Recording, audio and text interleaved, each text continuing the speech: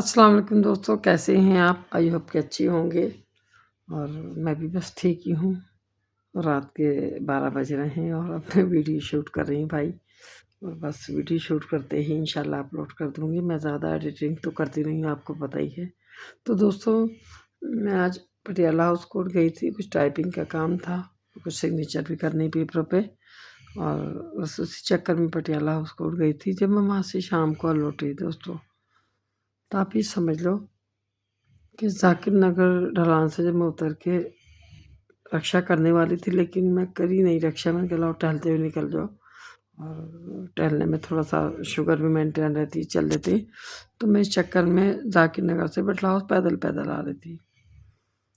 तो जैसे ही भाई ज़ाकिर नगर ढलान से जब नीचे आई मैं बटला हाउस की तरफ, तो यकीन जानिए दोस्तों, वो हाल था मेन रोड का बटला हाउस, ज़ाकिर नगर से बटला हाउस तक, जो बेचारे रेहड़ी पटरी वाले हैं।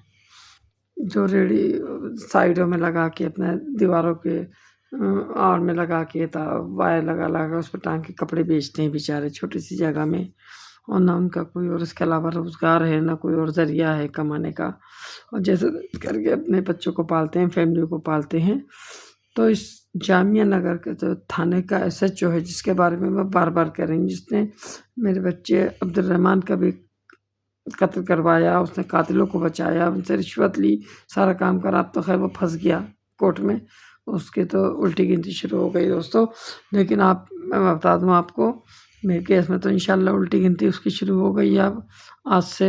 और नरपाल सिंह तू भी सुन ले, तेरी उल्टी गिनती अब चालू हो चुकी है। तेरे अब अच्छे दिन खत्म, बुरे दिन शुरू। कि डॉक्टर समीना जब किसी के पीछे पड़ती है ना, तो उसका जहन्नम तक पीछा नहीं छोड़ती। साले 7 समुंदर पार भी तेरे पीछे लगी रहूँगी, तू कहीं पे भी चला जा। बहरहाल तू छुट्टी लेके जाए, चाहे ट्रांसफ़र लेके जाए, तब भी मैं तेरा पीछा नहीं छोड़ूँगी, जब तक मैं अंजाम तक नहीं पहुँच जाऊँगी अपने केस के। अब तुझे भी सज़ा नहीं दिलवा के छोड़ूँगी, क्योंकि सज़ा का तू हकदार है, तूने कांड ही ऐसा करा। तो दोस्तों, अब मैं वक्त ना गुजारते हुए मुद्दे पे आती हूँ कि जब मैं बटला हाउस, ज़ाकिर नगर से बटला हाउस की तरफ आ रही थी, तो सारे रेहड़ी पटरी वाले बेचारे, शाम के शायद 6 सवा 6 बजे का टाइम है। अब बताइए, दिल्ली जैसी जगह में मार्केट कम से कम 11-12 बजे बंद होनी चाहिए, ईमानदारी से होती भी है ज़्यादातर। चलो ठीक है, 26 जनवरी के आसपास मान लो ये है कि चलो 26 जनवरी आने वाली है, उसका भी हम लिहाज करते हैं कि ज़रूरी है, उसमें ख्याल रखना पड़ता है कानूनी और भी है, तो वो बात अलग है। लेकिन 6 बजे, 6 से 7 बजे के बीच में कहाँ का तुक है? अब सारी दुकानें बंद करा दोगे, बदमाशी करोगे, होटल बंद, ये बंद, वो बंद। जो रात के 10-10 बजे बच्चे आते हैं, जॉब करके आते हैं, 11 बजे आते हैं, वो बच्चे कहाँ खाएंगे खाना? होटल बंद हो जाएंगे तो ये नरपाल सिंह का बाप खिलाएगा लाके, यहाँ पे देगे बैठवाएगा, लंगर कराएगा खाने का। बेचारे भूखे आते हैं, कोई कॉल सेंटर में जॉब कर रहा है, कोई कहीं कर रहा है, कोई हिसाब है, कोई परदेश से भी आ रहा, तो सोचते हैं लाओ होटल से खाना लेते चलो। तो ये बताओ, अगर 6-6 7-7 बजे आन के ये आतंक मचाएगा मार्केट में, डंडे बजाएगा, बेचारे हैबत में, बेचारे उल्टे सीधे। मैंने पूछा भी कैसे भाई इतना हैबत में क्यों उतार रहे हो, कुर्ते उड़ते ये तब? अरे बोले मैडम पुलिस आ रही है, एसएचओ आ रहा है, इनने नाक में तिल पिरा रखा। अब समझो, मैंने जितने भी रेहड़ी पटरी वाले दुकानदार देखे, सब हैबत में कुत्ते की तरह भाग रहे थे, बावलों की तरह उल्टे सीधे अपने कपड़े लपेट लपाट के कहाँ कहाँ घुसे रहे थे, अल्लाह जाने। तो आप समझो 6 और 6:30 बजे मैंने ऑटो छोड़ी है, उसके बाद में 5-7 मिनट के अंदर वहाँ तक पहुँच चुकी हूँ। तो 6 सवा 6 का टाइम हो गया होगा। और फिर उसके बाद जब मैं और आगे को आई बटला हाउस पे, नफीस रोड पे दोस्तों, वहाँ जब मैंने देखा ज़ाकिर नगर की मेन रोड पे, जब नफीस रोड की तरफ गई दोस्तों, तो मैंने कुछ खाने का आइटम लिया बच्चों के लिए। बच्चे कहते मम्मी चाय की नहीं, कुछ ले लेना। मैं उसकी पहचान नहीं बताऊंगी, दुकानदार की क्या आइटम लिया था उससे पहचान हो जाएगी। अगर नाम, खाने का आइटम का नाम बता दूंगी ना, तो ये कुत्ता उसके पीछे पड़ जाएगा, नरपाल सिंह। बहरहाल मैं नहीं चाहती उस बेचारे क्या पता है, और अब आफत तो खैर आएगी उसको। मैं आफत क्या आएगी, मैं उसको ऐसी पट्टी पड़ा के आई हूँ कि ये जो है ना, अगर ये गलती से भी पुलिस वाले उसकी दुकान पर पहुँच गए, तो समझो इनका हुलिया टाइट हो जाएगा और सीबीआई की रेड पड़ जाएगी इनके ऊपर। इस बार मैंने सारे दुकानदारों को सेट कर दिया, और ये इस बार इनके ऊपर सीबीआई की रेड पड़ेगी ही पड़ेगी।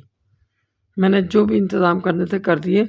तब समझाओ, जहाँ से मैंने वो खाने का कुछ सामान लिया बच्चों के लिए, तो वो बच्चा देखते, चूँकि वो जानता है मैं वीडियो शूट डालती रहती हूँ, तो उसने मुझे शायद सब्सक्राइबर होगा मेरा क्या था जो भी है, बहरहाल वो मेरा फॉलोवर है बेचारा।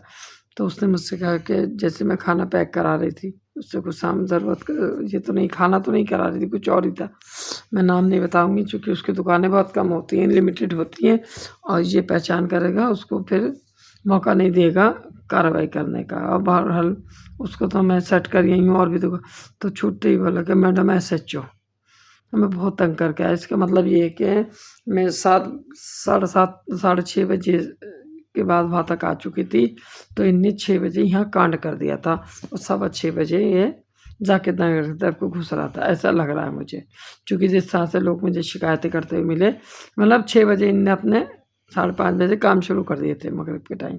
लोग मुसलमान लोग नमाज़ों को जाते हैं, मस्जिदों को जाते हैं, नमाज़ पढ़ते हैं मगरिब की और ये लठ बजा रहा था दुकानों पे। ये काम करता फिर रहा था, मगरिब बाद ये आतंक मचा रहा फिर रहा था पूरे इलाके में।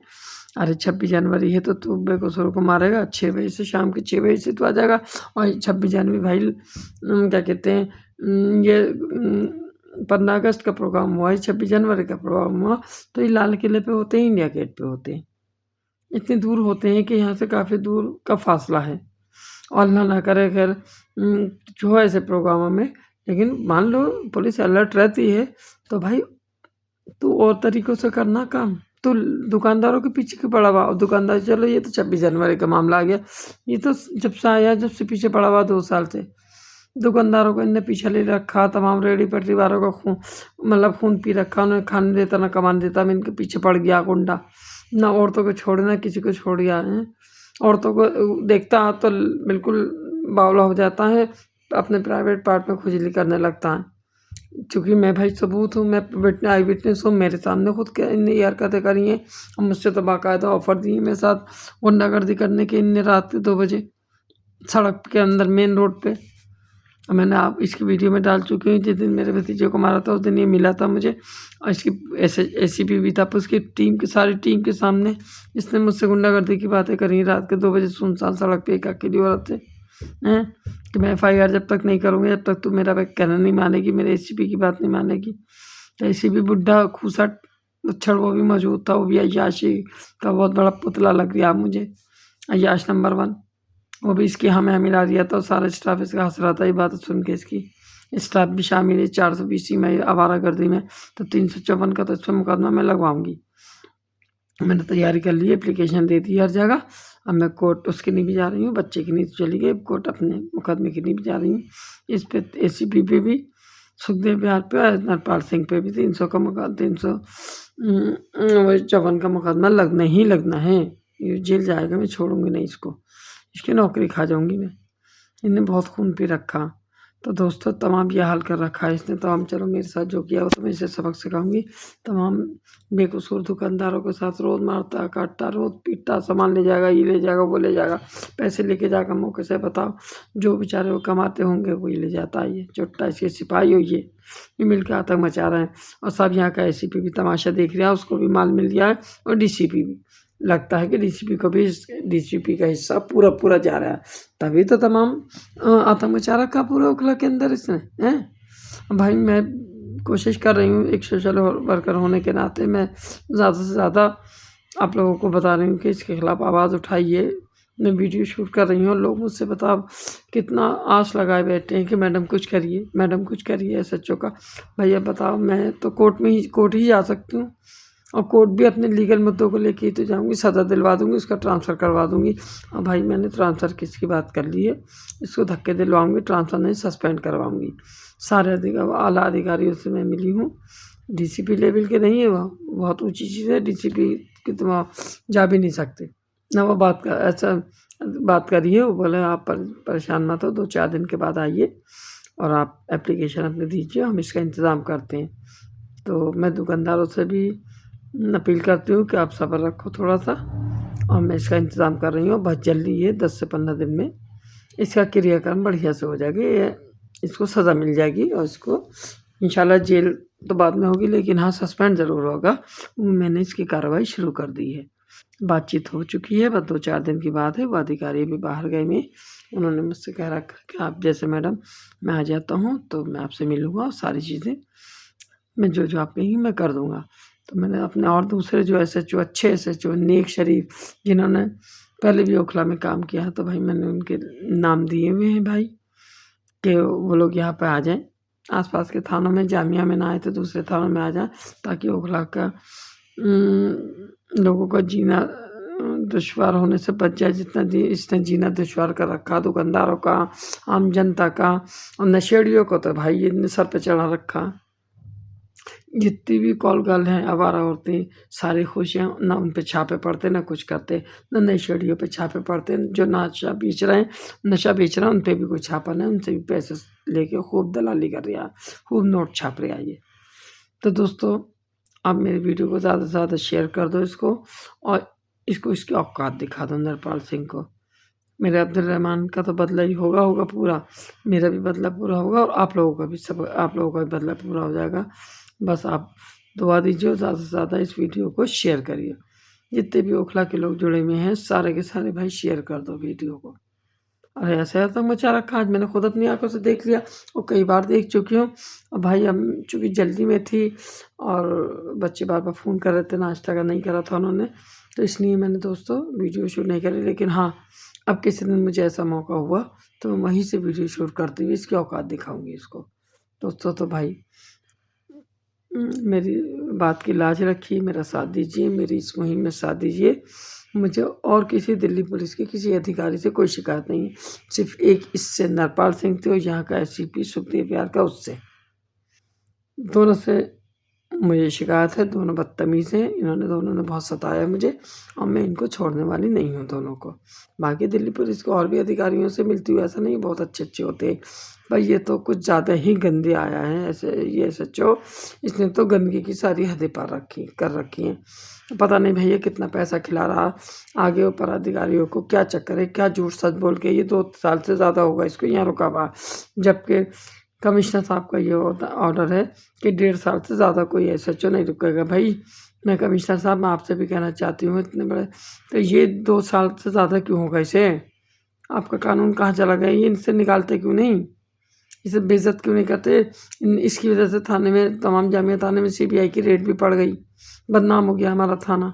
कभी यहाँ कितने अच्छे एसएचओ आए, कभी किसी ने गड़बड़ नहीं किया, एक ये शैतान आ गया यहाँ पे तमाम आतंक मचा रहा। औरतों को ये छेड़ता है, रंडवा-संडवा, इसकी बहू मर गई तो इसके माने दुनिया भर की औरतें इसकी बीवी बन जाएंगी। नरपाल सिंह थे अपने औकात में, रहे औकात में, बुड्ढे खूसट बेशरम हैं। और तमाम तूने दुकानदारों का जीना हराम कर दिया। लट बजा के दुकानें उनकी बंद कराता रोज शाम को, आ जाता 6-7 बजे। देखो तू के तेरी बदतमीजी बदमाश आदमी।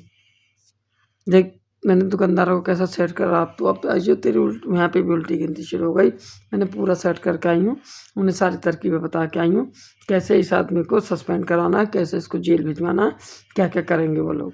अब उनको सारा मैं एक्टिव करके आ गई हूँ। तू देख तेरे क्या क्या कांड होगा। जब भी रिश्वत लेगा, तेरे सिपाही हो या तू हो, वो वीडियो वायरल होगी, लोग तेरी वीडियो बनाएंगे। कैसे बनाएंगे, कहाँ से बनाएंगे, ये मैं उन्हें तरकीब बताई है यूँ कि तू ऐसे सुधरेगा नहीं, तेरा इलाज करना ही होगा तगड़ा वाला। तो खाली ट्रांसफ़र से बाज नहीं आएगा, तू सस्पेंड भी होगा, जेल भी जाएगा इंशाल्लाह, बस जल्द जाने वाला। और देख तो 10 में से कोई ना कोई 10-20 को तू परेशान करता, 30 को करता, 2-3 लोगों ने भी तेरा इलाज कर दिया ना सही से, तेरा गोरख धंधा सब रुक जाएगा, तेरा सब तुझे तेरी औकात दिख जाएगी तेरे सिपाहियों को भी। तो ठीक है दोस्तों, वीडियो अच्छी लगे तो वीडियो को लाइक शेयर ज़रूर करना और मेरी इस मुहिम में मेरा साथ दीजिए, दुआएं दीजिए मुझे। और मैं आप ही लोगों की लड़ाई लड़ रही हूँ, ऐसा नहीं मेरी तो अपनी जो लड़ाई है वो तो मैं कोर्ट में लड़ ही रही हूँ। बाकी आप लोगों के लिए भी आवाज़ उठाती हूँ ताकि आप लोग चैन सुकून से रहें। जो भी ओखला के लोग हैं, ओखला की आवाम है, ओखला के बाहर का तो मुझे पता नहीं, लेकिन हाँ ओखला का मामला बड़ा बिगड़ा हुआ है इस एसएचओ की वजह से। ऐसा थोड़ी है तू 26 जनवरी से पहले ही करता, 26 जनवरी तब आ रही, तू तो पहले से आतंक मचा रहा है। आटे के कूंडे ले जाता है, सिलेंडर चुराता है, चोर है, कौन बवाल है। तो ठीक है भाई दोस्तों, इस आदमी को सीधा करो, मेरे साथ साथ आप मेरी वीडियो को वायरल कराओ।